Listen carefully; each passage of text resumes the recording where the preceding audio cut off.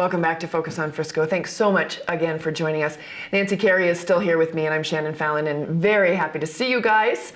So Nancy, it was really great to have Jason here, just to kind of touch on that for a minute.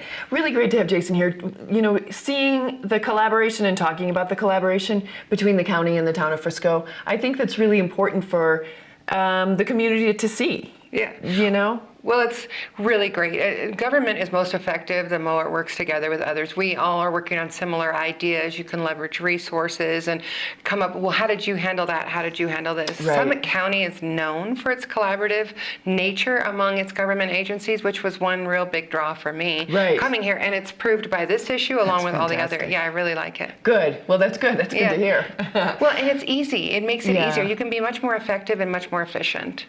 With the collaboration? Yes, right. And you're right, that kind of feeding off of what other people are doing and have done and might do, and just that meeting of the minds, I think is pretty great. We're not competitive against one another, and unlike private sector that often is, we really need to work together. It's better for the community, and that's just a great example of it. I love it. I love it. Well, it was really good to have Jason and I on, and I certainly appreciate the time of both of you. What we're going to talk about right now is the town council's vision, and that's really the big thing about the strategic plan. Why don't you tell us what the strategic plan is all about, and we'll kind of go from there. Okay.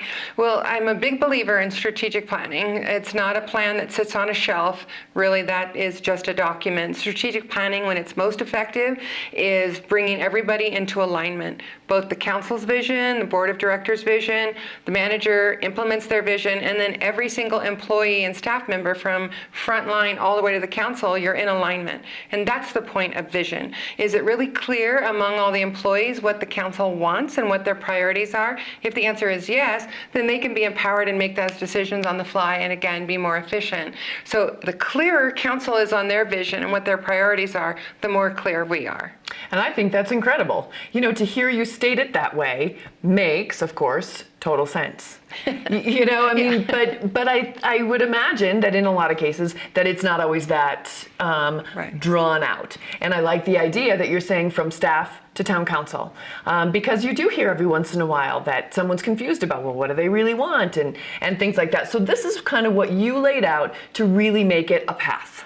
That's correct. I just set the table. Right. Is essentially how I describe it to council. I set the table, and then they tell me what do they want for dinner.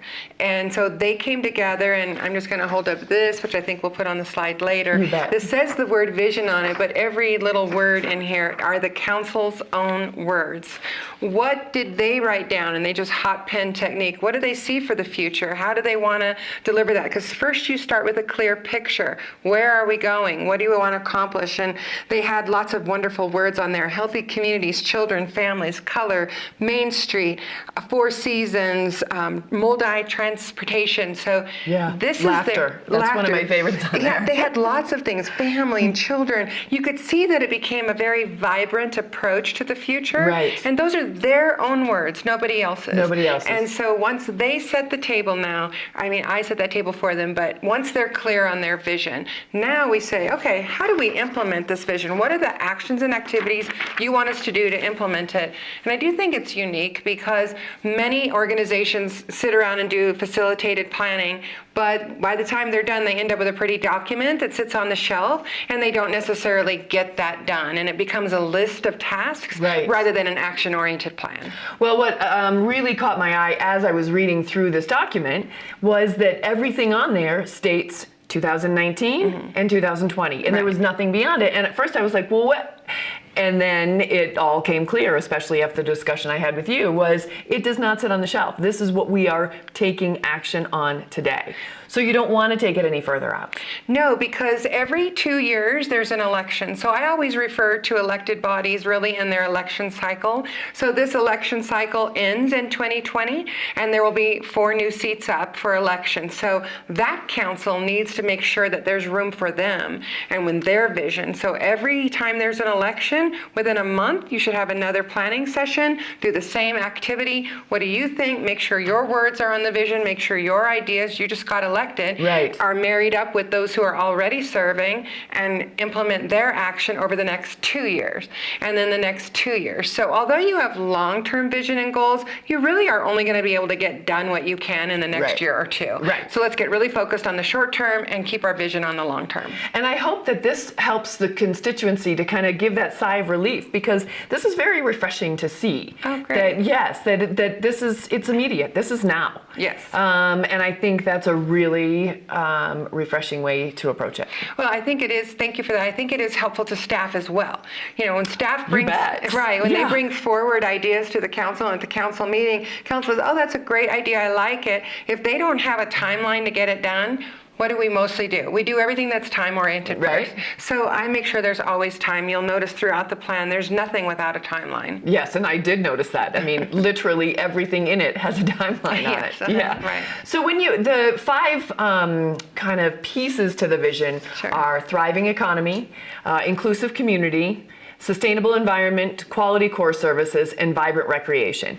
How did you choose those 5 to really focus on? Well, again, so what you'll hear from me saying over and over is this is council's, and I asked them to choose. And one thing I noticed when I first started working with council is some of the council members had said, you know, I'm not sure my voice is in all of our plans. I'm not sure what I wanted to accomplish in my term is here. So we made sure during the planning process, what do you think needs to be done? And they made sure that they put the vision in the center of our plan, Right. and then these priorities. And the priorities were vetted through the council members saying, I'd like to accomplish this. And then we would say, myself, the facilitator, well, why? What are you trying to accomplish with your housing goals? I want to be inclusive. Okay, so as we started to group that together, Right. it became, so you're talking about how you define an inclusive community as those with multiple income variation, so that you have families and children and laughter and play. Okay, so we want families and you want working group. Okay. And then as they got clear about what they wanted, we then started grouping them into these categories. Probably the one I had the most influence on is core services, because it's not unlike most elected officials and elected bodies. They think about all these other activities, but actually our core services are one of our highest priorities and take the substantial part of the budget. Absolutely. So I made sure that that part is in there as well. And that was kind of where you were able to take the reins on it, and move it forward with That particular goal Right. and priority. Right, just to make sure. So council might have said, as they did, gosh, one of our very highest priorities is to strengthen our infrastructure. And I'm like, great, we're going to put that under quality core services, because we had already by then, in the 2 days, defined that is what they really want us to accomplish. Quality core services, excellence in what we deliver, make sure our infrastructure is taken care of. That's going to be core services. So again, we're lining everything up. What's the vision? How do we get it done? And what are the actions to accomplish that? Fantastic. Fantastic. Well, while we're on quality core services, do you kind of want to go through Some of them? Yes, exactly. Sure. Yeah. And sorry to interrupt you No, there. I didn't mean to. not at all. Well, I didn't bring them all because you can find that on our website, and I would be boring after a little while. So we'll just stick to the I doubt that, but I know what you mean. council's highest priorities. So one of their very highest priorities, and this is very smart for any board of directors, for any company, is what about diversifying our revenue? And so council said, we want to make sure that one of our highest priorities is to identify new revenue sources. We are a tourist economy, but are there other ways in which we can look at new revenues? And one of the other goals we talked about is when we do identify a new revenue and that council wants to implement that, we should target that revenue source, not just to the general fund, because we know where that goes. Right. We want to make sure that it's targeted to accomplish their other goals. So what's the new revenue and what should it fund? So the public then has a better understanding.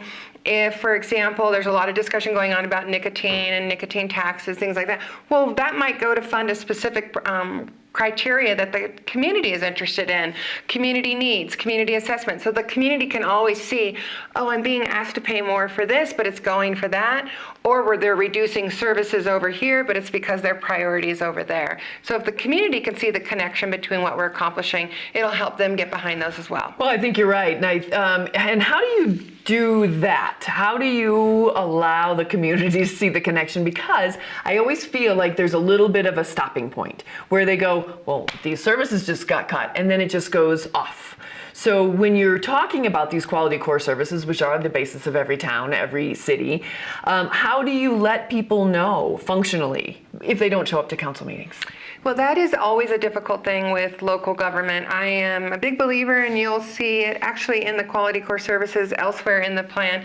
You'll see engaging the public. The council had said quite a bit during the retreat, we really want the public more engaged, not just participating, right. Participating, engaged, interested, attending. So we're on social media, Twitter. We've got to be everywhere the public is. Yeah. And so while we might be sometimes not necessarily out there where everyone is, we need to be more attentive to that. So get on every new social media platform, maybe not Snapchat and all the other things they do, but we are on Twitter and Instagram, and we have a couple Facebook pages. We're going to start a new Facebook page. Brody Boylard in our department, she is also putting out something called Catch Up with Council now. I was reading about that. You like it? Yes, I do. Like, we've heard a lot of great comments about it, Yeah. but it is my practice to get as much information into the hands of folks. If it's after the fact, after a decision has been made, they might say, well, where could I have learned more about that? And I'm like, well, here are all the ways in which you can get information. So we don't necessarily know what you're interested in, so we Right. put all the information out. So whatever you're interested in, you can get involved. So we're going to launch a new Facebook page just on government things that are what's going on with town council kind of thing. Gotcha. Rather than the marketing and Right, recreation 'cause side. that's Right. something else. Right. The shiny side. Yeah, Right. That's a good way to put Yeah. that. Yeah, so that's one way to get them involved. We're also going to do a community survey, and that's one of our priority goals this year. Okay. Is to do a community survey in the fall. It used to be done every single year here in know. Frisco, right? But it hasn't been done in a while. So I'm a big believer in getting as much public input as possible. Council approved this plan, and in it is to get a community survey done in November around that time. Okay. Before the holidays. Right. And then while that's after budget time, that at least gives you guys an idea when you start to kind of bring things into focus in the spring. Right, so if you're looking at how we're aligning things, so we aligned it with this council, then we're going to get things done. We're going to go to the community and ask them how we're doing and what other ideas are they interested in, what other projects, programs, services, and rank them. That'll be in the fall. That comes out early spring. And then it's election time. So the people running for office will know what the community's concerned about. That's fantastic. Then we have the election, then we go back into strategic planning. It all makes sense. Functional. Yeah, it's functional, Right? that's true. I like it. All right, so we talked a little bit about the quality core services. Sure. And again, you can find all of this online. Is this the friscogov.com Yes, website? it is. That's okay. correct. Uh-huh. All right, so make sure that you go to that website because it's a really cool and very user-friendly document. It's easy to read. It's easy to see what departments are affected and certainly the timeline, which is a lot about what we're talking about. Do you want to talk a little bit about an inclusive community? Yeah, so that was actually council's highest priority goal, was to make sure that we are an inclusive community. And it's defined here. I won't read it. You can read all of that. But it's, as we said, from all those comments they made, we want children and families. And so how do we achieve that goal? They both had some long-term visions, meaning there were lots of goals in the long-term vision. But on the immediate, the council's highest priority goal was to implement housing solutions. So you'll notice throughout the plan, most of the words are very action-oriented. So it's not about coming up with another plan, but leveraging all the work that's already been done and implement housing solutions. Actually, Councilmember Fallon, who you know very well, actually, he was very strong at saying, I want a plan that comes out of the project every single year. Council got behind his idea. So one of the priority goals is to identify a 1, 3, and 5-year implementation plan. What would it cost us to actually get a project out of the ground, a housing project every single year for the next 1, 3, or 5 years? And that might be one's in planning, one's in design, final design, one's in construction, but that was a high priority goal. And that means to put a priority also on our work with CDOT for a CDOT town housing project. So we're underway on that. It should be on the council's agenda in around September. Okay.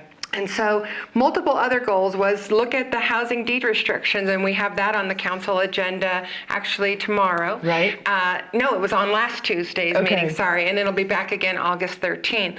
So every single action-oriented goal was to drive an outcome, very outcome-focused person, myself. So what are you trying to achieve here, and does this goal help you achieve that? It doesn't make any sense to just have a list if you don't know what you're trying to achieve. Right. So on every one of these goals, the purpose is very clearly explained. We want to do this to make sure that we're including the community. So when the council, and how this gets implemented, when the council was discussing the deed restrictions at last meeting, what they did was they looked at, will this make sure that we include the lower income, the median income? Yes, it will. Great. It provides them a decision-making framework focused on what they're trying to achieve. We're the implementers, they're the visionaries. We want to make sure we're all in the right role and making sure the outcome is clear. Got it. It makes sense? It does make sense, yes. And I think, again, very functional. Just taking those goals and saying, this is our goal to get to this next goal. Yes. And it does seem, so a lot of these, when you look on the plan, you're going to see some stuff that's happening soon. Yes. And then, as you mentioned, that we start to go into August and September, and then into 2020. Yes, every staff member was instrumental, in all the directors, at putting this together. So when I go back to the visioning session, we had a couple of days, and there's sticky stuff all over the wall, and the council's coming up with their priorities. Well, then Brody and I worked on that together to say, okay, how do we narrow this down even further? Then we took our big sticky wall to the entire town staff and said, staff, here's a sticky note, put your name on it. Where do you see yourself on this wall? Oh, I'm helping to implement that. I'm helping to implement this, so that they could see how their work implements the council's goal. And then they made sure that they could achieve these goals. Each staff member and each director and each department now has their own timeline to implement it all so that it can get done. And really take Ownership. it as, yes, ownership. Really hold on to it. Yes, people, you can motivate staff all day long with money and incentives and things like that. But in government, we don't necessarily have all those tools available to us. And so what I really believe, if people know their passion and their purpose, they're like, oh, get out of my way. I will get that done. So once they figure out how they're in alignment, you just kind of watch them and celebrate their success. That's awesome. Yeah, it's fun it really that way. is.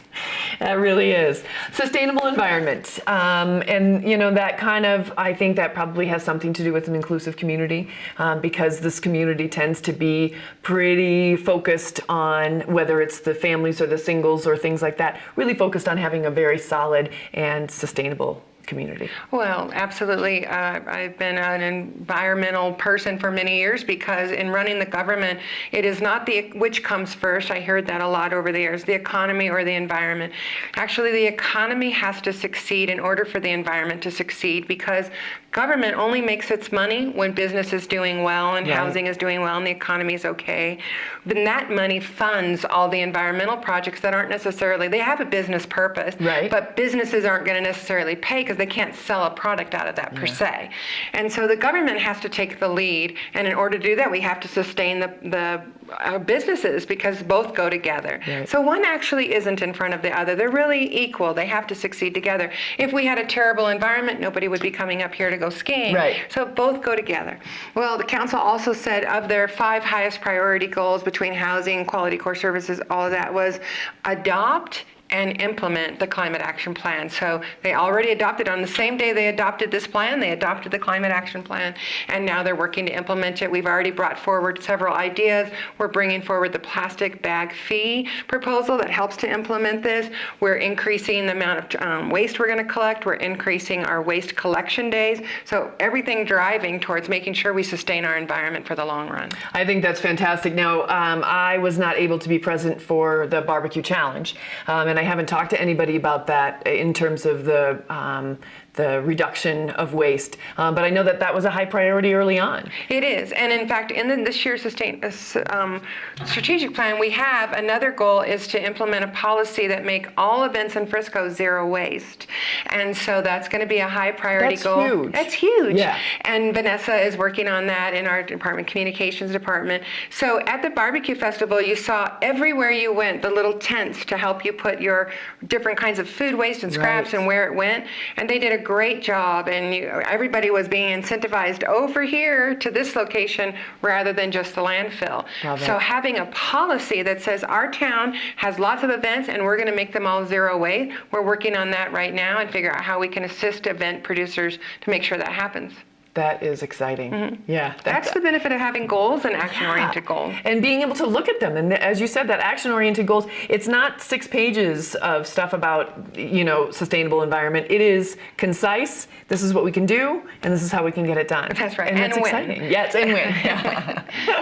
I think that's great. Another one was adopted 100% renewable electricity goal. Yes. Do you have any information on that? I did. The council already adopted the goal. On the same night they adopted the climate action plan. Boy, they were busy that night, weren't they? They adopted the electricity goal. And again, now, how do we implement the goal? So we're already underway at getting all of the facilities audited to make sure that there's anything we can do. They also went forward already since then with the Solarized Summit program to to incentivize. That was just somebody's idea and over at HC3, and they really got rolling with it, and it's taken off. So the council has offered a $1,500 rebate to the first 25 residents that sign up and sign a contract. That matches what Breckenridge is doing. And hey, let's just say that's pretty good that we can match what Breck's been able to offer. Exactly. And Summit County is doing something similar. And so that's implementing it. The more people that can get off the grid and use solar as electricity. And the council also said, well, how about we go ahead and look at our own facilities to see if there isn't a way that we can lead the way. So we're going to look at that too. That's exciting. It is exciting. And with all the sun that we have up here, truly, despite the snow, I mean, it's incredible how much sun we actually get. Right, because when you collect all of the sun rays, you can hold on to them and then buy them back. You give them over to the electric company and then they come back. I think it's fantastic. Yes, so lots of things to get done to implement sustainable environment. Gosh, that's so cool. And then our last one is thriving economy. Well, as I said, nothing happens in anywhere without a good economy. We are in a good economy. We're just reached nationally the longest period of economic expansion that we've been keeping stats over 100 years. 10 years now. So 10 years ago this month was the first beginning of the recession and the outcomes of that recession. And so now we're saying that economy, but it's not always going to stay the same. It does still have fluctuations in the market. So what can council do to make sure the economy is thriving, not just sustaining itself? And they said, we want to look and implement our community plans. So on next Planning Commission's meeting will be the last meeting to talk about the community plan, which we brought into alignment with our strategic plan. So now they have similar goals as well, so that all the plans are together. Right. And then also, how about developing a Main Street master plan? This was also a priority of council. So we're going to bring in some consultants and look at Main Street from the mountains to the lake on both sides of Galena. How exciting does that sound? From the mountains to the lake. That's right. And how can we make sure the West End and the East End are just as vibrant together and have a plan that might be long-term, but at the same time, we can get the plan done now. Right. We're also looking at the PRA as a way to really take a step back at our long-term vision and then take an implementation plan over the next 5 years to get work done there. Incredible. Incredible. And really, when you see this plan all put together, and you can kind of flip through it, whether it's on your computer or whatever, it's fascinating and it's exciting. I think it's very invigorating. And so I thank you for that, because it makes you just go, oh my gosh, so many great things are happening here in the town, and it's really moving forward, and it's really listening.